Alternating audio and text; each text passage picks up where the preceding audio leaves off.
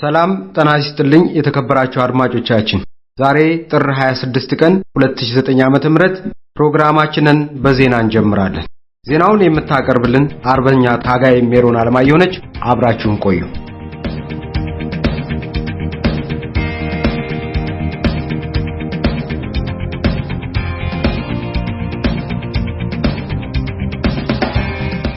ከአርበኞች ግንቦት 7 ድምጽ ሬዲዮ የዕለቱን ዜናዎች ነው። በባህር ዳርና አካባቢዋ ባሉ ኬላዎች ከባድ ፍተሻ እየተካሄደ መሆኑ ታወቀ። የአገዛዙ የፌደራል ፖሊሶች ሰሞኑን የተጠናከረ ፍተሻ በማድረግ ላይ ሲሆኑ በርካታ ተሽከርካሪ መኪና የያዙ ግለሰቦች በፍተሻው ምክንያት እየተጉላሉ መሆኑን ገልጸዋል። ዋናው ፍተሻ የሚካሄደው በመራይ አቅጣጫ ባለው የአዲስ አበባ ባህር ዳር መስመር ላይ ሲሆን ወደ ከተማው የሚገቡና የሚወጡ መኪናዎችን ጥብቅ ፍተሻ ይደረግባቸዋል። በአካባቢው በርካታ የፌደራል ፖሊሶች እየተንቀሳቀሱ መሆኑንም ምንጮች ገልጸዋል። ተመሳሳይ ፍተሻና ክትትል በመተሐራና ወለንጭት መካከል ባሉ ቦታዎች እየተካሄደ መሆኑንም መረጃዎች ይጠቁማሉ። የፌደራል ፖሊሶች ከጅቡቲ በሚመለሱ መኪኖች በተለይም ነዳጅ በሚጭኑ ተሽከርካሪዎች ላይ ከፍተኛ ፍተሻ እያደረጉ ሲሆን ፍተሻውን የሚያደርጉት የአገዛዙ ቅጥረኛ ወታደሮች በዛቻና ማስፈራሪያ መሆኑንም ገልጸዋል።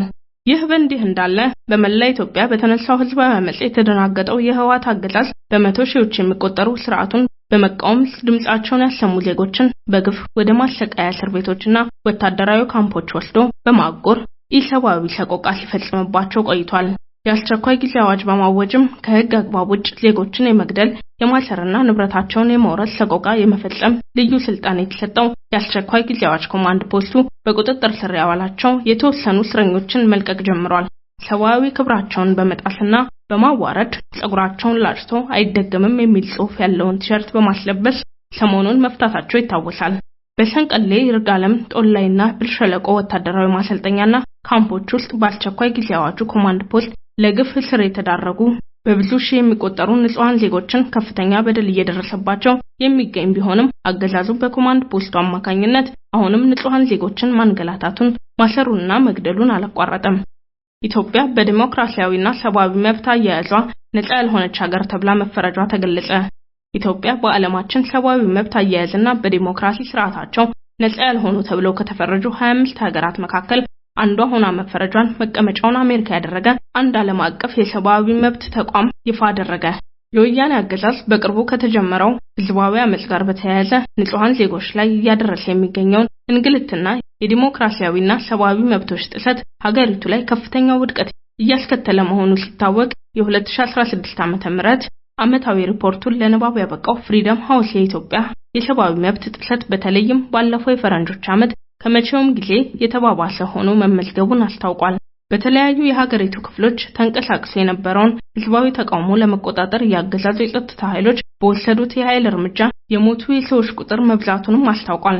በመገናኛ ብዙሃንና ማህበራዊ ድረገጾች ላይ የተወሰዱ ያሉ እርምጃዎች ተጠናክረው መቀጠላቸውን ያወሳው ፍሪደም ሃውስ የኢትዮጵያ የሰብአዊ መብቶችና ዲሞክራሲያዊ ስርዓት ምንም አይነት መሻሻልን ሳያሳይ ባለፈው ዓመት ከዜሮ በታች 3 ነጥብ ማስመዝገቡን አመልክቷል። እንደ ፈረንጆች አቆጣጠር በ2016 ዓ.ም በተካሄደው ጥናት በወያኔ አገዛዝ ምክንያት ኢትዮጵያ በዲሞክራሲያዊና ሰብአዊ መብት አያያዟ ነፃ ያልሆነች ሀገር መሆኗ ሊገለጽ ችሏል።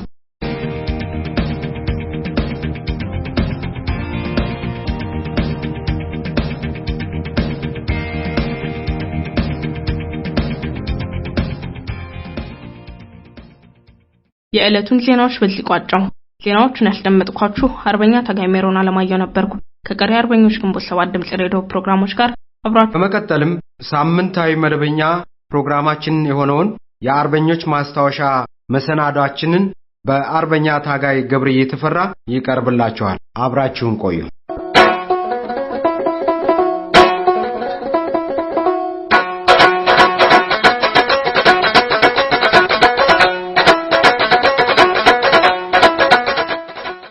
የአርበኞች ማስታወሻ በዚህ ዝግጅት የአርበኞች ገድል የሚዘከርበትና የአድማጮች በአርበኝነት ዙሪያ የሚያጠነጥኑ ግጥሞችና ጽሑፎች የሚስተናገዱበት ሳምንታዊ መደበኛ ፕሮግራም የአርበኞች ማስታወሻ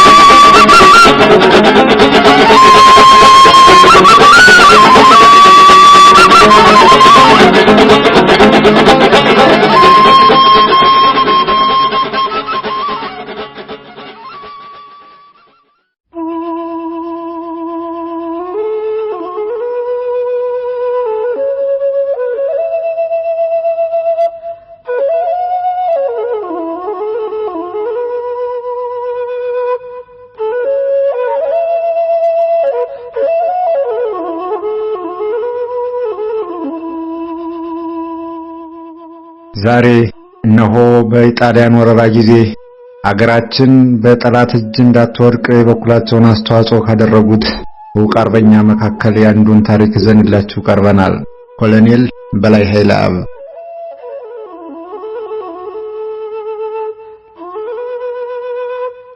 ኮሎኔል በላይ ኃይለአብ የተወለዱት ኤርትራ ውስጥ ሰራዬ ተብሎ በሚጠራው አውራጃ ውስጥ ነው። ታላቅ ወንድማቸው ጣሊያኖችን በጥብቅ ይቃወም ስለነበረ ታመሃል በሚል ሰበብ ሆስፒታል አስገብተው መርፌ ይወጓቸዋል።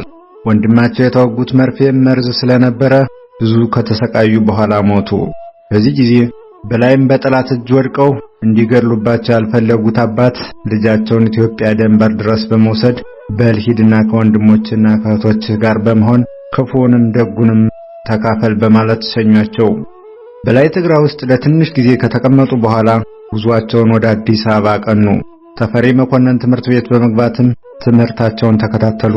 በ1927 ዓመተ ምህረት የቀዳማዊ ኃይለ ሥላሴ ጦር ትምህርት ቤት ተከፍቶ እጩ መኮንኖችን ሲቀበል ከመጀመሪያዎቹ አንዱ ነበሩ ኮሎኔል በላይ ኃይለአብ። የፋሽስት ጣሊያ ጦር አዲስ አበባን እንዳይቆጣጠር የብርጌድ ኃይለ ሥላሴ ጦር ወደ ጣር ማበር ሲዘምት ኮሎኔል በላይ በአዛዥነት ይመሩት ከነበረው ጦር ሬጅመንት ውስጥ አንድ ሻለቃ ወደ ጣር ማበር በመላክ በሌላ ግዳጅ በመጠባበቅ ላይ እንዳሉ የወገን ጦር ወደ ኋላ የማፈግፈጉ ግጃውን በምዕራብ ኢትዮጵያ ለመቀጠል ወለታ በመጣ ጊዜ ጦሩን ተቀላቀሉ።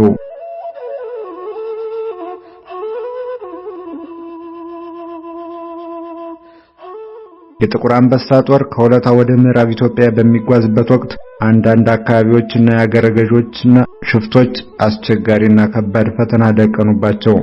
በዚህ ጊዜም ኮሎኔል በላይ አላዋቂውን በመምከር አውቆ አጥፊውን ደግሞ በኃይል እርምጃ እንዲወሰድበት በማድረግ የጦራቸውን ደህንነት አስከብረው የመሩ ጀግናና ቆፍጣና አዛዥ ነበሩ።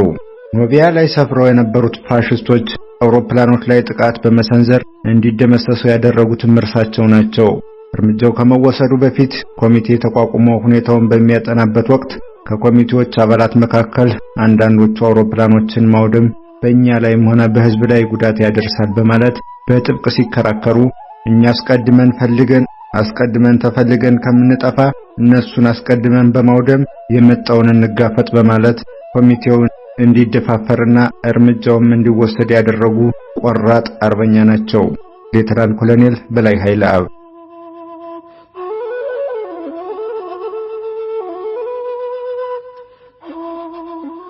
ጥቃቱንም እንዲመራ እሳቸውን ስለተመደቡ ከሌሊቱ 12 ሰዓት ላይ አውሮፕላኖቹ ወዳረፉበት ቦታ በመጠጋት የጥቃቱን ግዳጅ በአዛዥነት ተወጥተዋል። የጥቁር አንበሳ ጦር ፋሽስት ጦር የተኮሰባቸውን የመትረጊስና የጠመንጃ ሩምታ እየተከታተሉ በመዝለቅ አውሮፕላኖቹንና የጠላት ከፍተኛ የጦር ኃይል አዛዦችን የሚገኙበትን ወታደሮችን በከፍተኛ ሁኔታ ገድለዋል። ኮሎኔል ግዳጃቸውን በድል አድራጊነት ፈጽመው ሲመለሱ መሬት ላይ የወደቀ የጣሊያን ባንዲራ በማንሳት ፈረሳቸው ጭራ ላይ በማሰር መሬት ለመሬት እየጎተቱ ካምፓቸው ድረስ ወስደዋል። ሆኖም የጥቁር አንበሳ ጦር ከነቀምት ወደ ጎጃም ጉዞ በሚያደርግበት ወቅት የደረሰበት የነበረውን ውጊያዎች በጀግንነት ሲዋጋ በብርጌድ ኃይለ ሥላሴ የአንደኛ እግረኛ ሻምበል ጦር አዛዥ ነበሩ።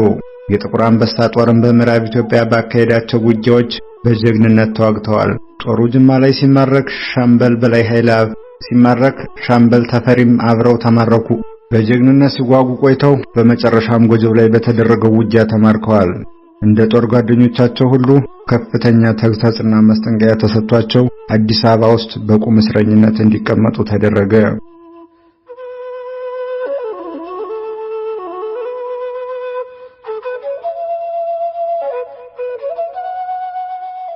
በ1927 በግራዚያኒ ጭፍጨፋ ጊዜ ከቤት ተይዘው ለግድያ ሲወሰዱ ለእናት ሀገሬ ስል ከዚህ በፊት ብዙ የኢጣሊያ ወታደሮችን ገድያለሁ፣ ለሀገሬ ስል የመጣውን አጪ ለመደምሰስም ሆነ ለማጥፋት የገባሁትን ቃል ኪዳን ፈጽሜያለሁ በማለት በመናገራቸውና ከዚህ በፊት የጥቁር አንበሳ ጦር አባል በነበሩበት ጊዜ የፈጸሙትን ሁሉ የሚያውቁት ጣሊያኖች ሌሎችን አዲስ አበባ ውስጥ በጥይት ተደብድበው እንዲገደሉ ሲደረግ ኮሎኔል በላይ ኃይለአብን ግን ወነያ ድረስ ወስደው በአውሮፕላን ከወሰዱ በኋላ ከአየር ላይ በመወርወር በግፍ እንዲገደሉ አድርገዋቸዋል። እኛም የዚህን ጀግና ታሪክ ልናካፍላቸው የወደድነው ለሀገራቸው ከፈጸሙት ጀግንነትና ጀብዱ ብዙዎችን ያስተምራል በማለት ነው።